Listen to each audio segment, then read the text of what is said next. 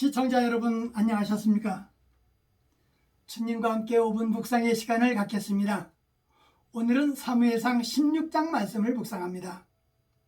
본문에서 다윗은 외모를 보지 않고 중심을 보시는 하나님이 택하신 인물로 장차 이스라엘 통일 왕국의 기틀을 확립합니다.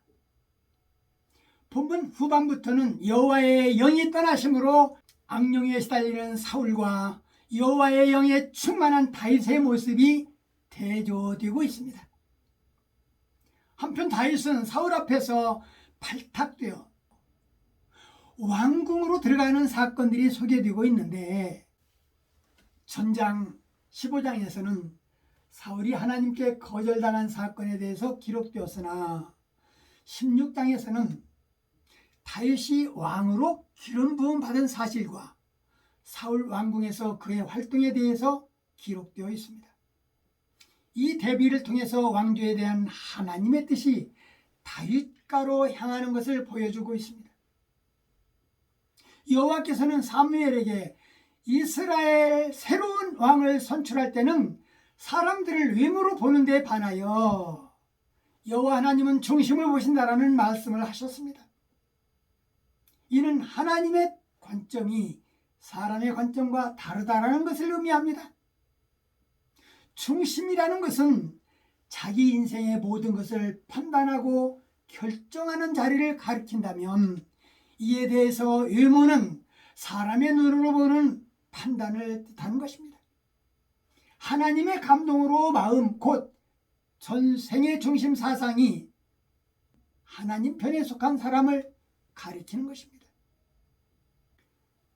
오늘 말씀을 묵상하면서 특별히 14절 말씀을 주목합니다.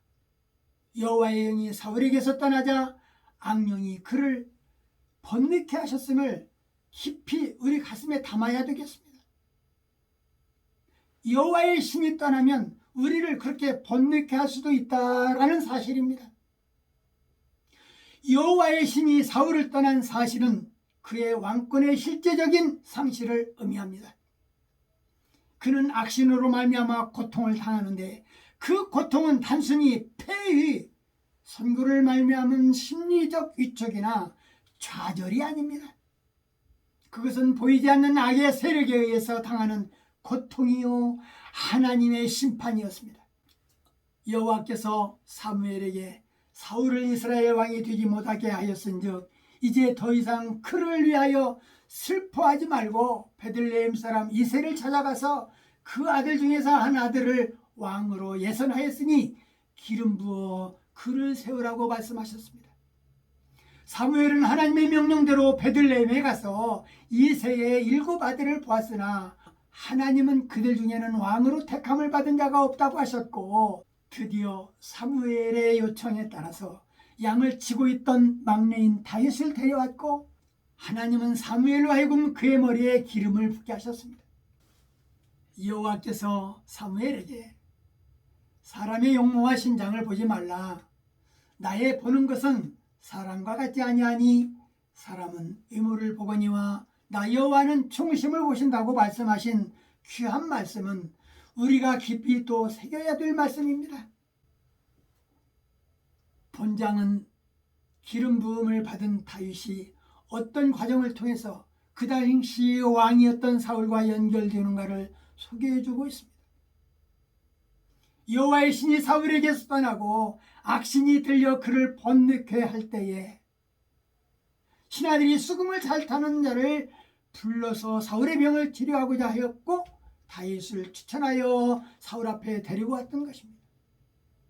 다윗의 수금 소리를 듣고 사울의 악신은 물러갔다라고 오늘 본문은 말씀하고 있습니다. 사울에게 여호와의 신이 떠남으로 악신에 시달리는 사울과 여호와의 신에 충만한 다윗의 모습이 또 대조되는 부분입니다. 하나님의 신에 감동된 다윗은 하루아침에 그의 신분이 목동에서 사울로 보필하는 자로 바뀐 것입니다. 여호와는 천하게도 하시고 귀하게도 하신다라는 말씀을 다시 한번 우리가 생각하게 합니다. 인간은 외모를 중요시한다라는 사실과 자신을 드러내기 위함이지만 하나님은 마음을 보시며 순진성과 경건함을 찾으시는 분임을 기억해야 할 것입니다. 하나님 앞에서 우리가 하나님 중심으로 사는지 사람 중심으로 살고 있는지 숨길 수 없고 감출 수 없습니다. 인간의 타락의 발단은 외부에서부터 왔습니다. 에덴 동산에서 쫓겨난 사건을 회상해 보아야 합니다. 선악을 알게 하는 과실 열매를 따먹지 말도록 명령했지만 그 과일이 일적으로 볼 때 먹음직도 하고 부함직도 하고 탐스럽기도 하고 그래서 인간이 따먹은 것 아닙니까?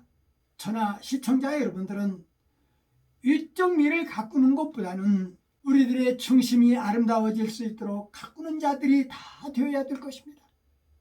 오늘 말씀 여기까지입니다. 시청해 주셔서 대단히 감사합니다. 안녕히 계십시오. 내일 다시 뵙겠습니다.